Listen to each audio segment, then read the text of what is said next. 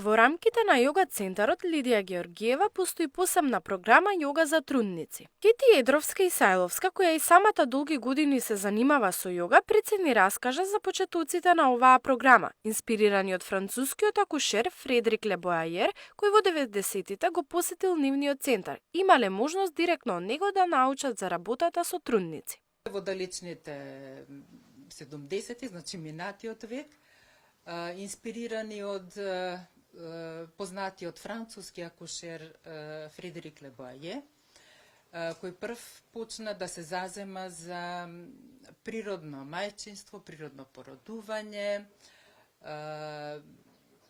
искуствено на малку подруг начин и ја издаде тогаш првата своја книга врз основа на негови искуства Раѓање без насилство, што значи породување во една природна атмосфера со по-слаба светлина од она што би значила една сала за породување и најважно контактот на бебето со мајката, значи кога излегува да се стави веднаш на телото на мајката и тогаш да се воспостави тој прв физички контакт што на цело време го осеќа во себе, меѓутоа после породувањето значи да го има тој првиот физички топол контакт со своето бебе.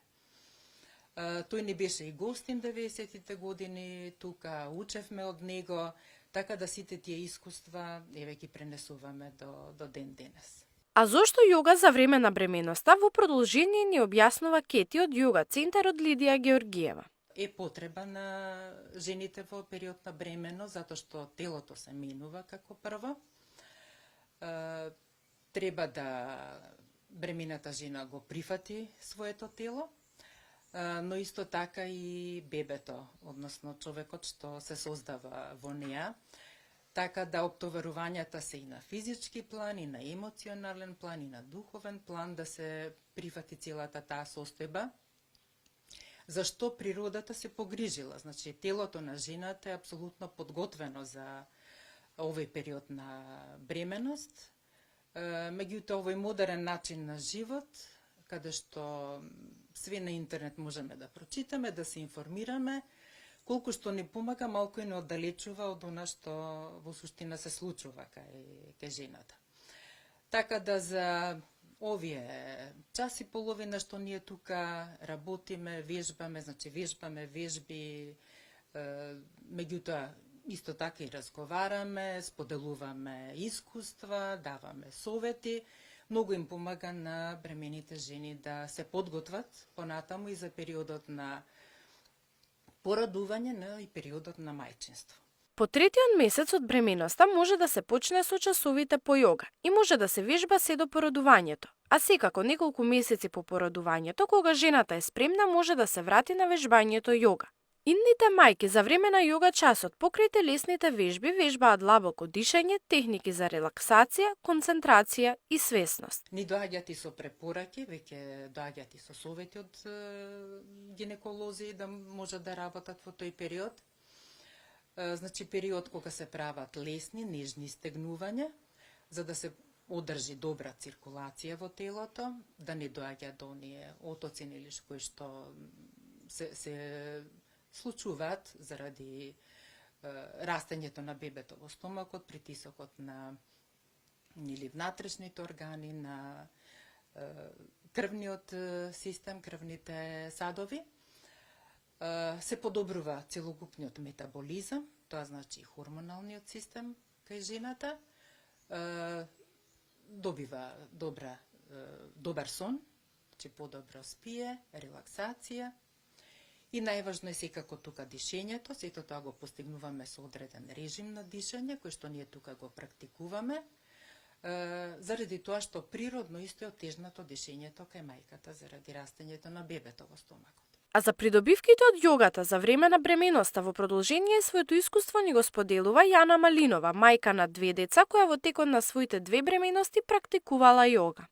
Она што јас го поминав со 2 бременности е волшебно искуство, сметам дека во голема мера се должи на јогата. Сметам дека она што јогата пред се и најевидентно на почеток го дава е новото искуство со телото, сите придобивки кои што ги добиваме на физички план.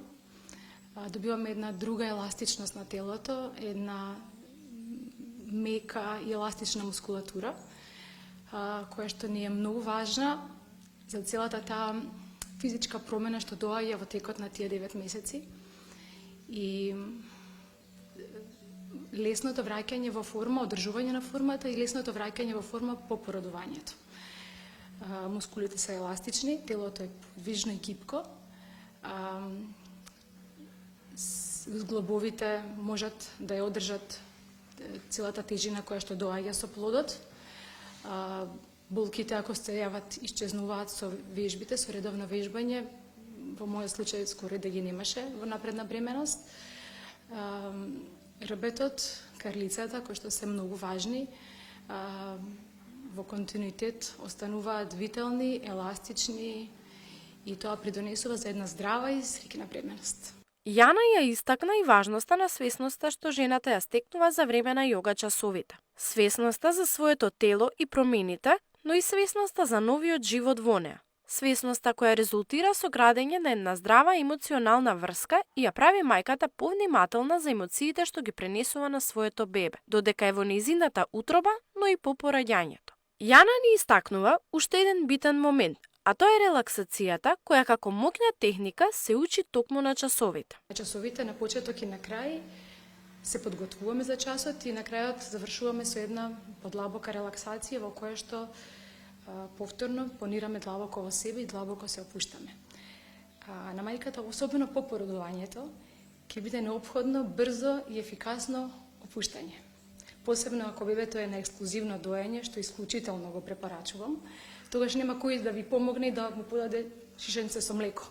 Тогаш сте вие храната што постојано и одново ќе му треба во текот на ноќта, може би 10 пати, ако дозволите да го храните кога сака и колку сака, што исто така максимално го препорачувам. И тогаш на мајката сонот е постојано прекинуван, одземена е можноста да биде во еден континуиран одмор. Брзата можност за релаксација, за свесно опуштање, овозможува да лесно повторно влеземе во сон, да кога се будиме имаме свесноста за себе, за телото и за потребата, да бидеме опуштени и лесно повторно да го продолжиме сонот. Тоа е еден квалитет кој што јогата го дава за сите. Значи и пред да бидам мајка, и сега, после сите овие години, можноста да можам да заспиам лесно и опуштено, без разлика на се, да ги совладам емоциите, да ги преработам и да се впуштам во еден длабок и релаксирачки одмор е бенефит од јогата за сите.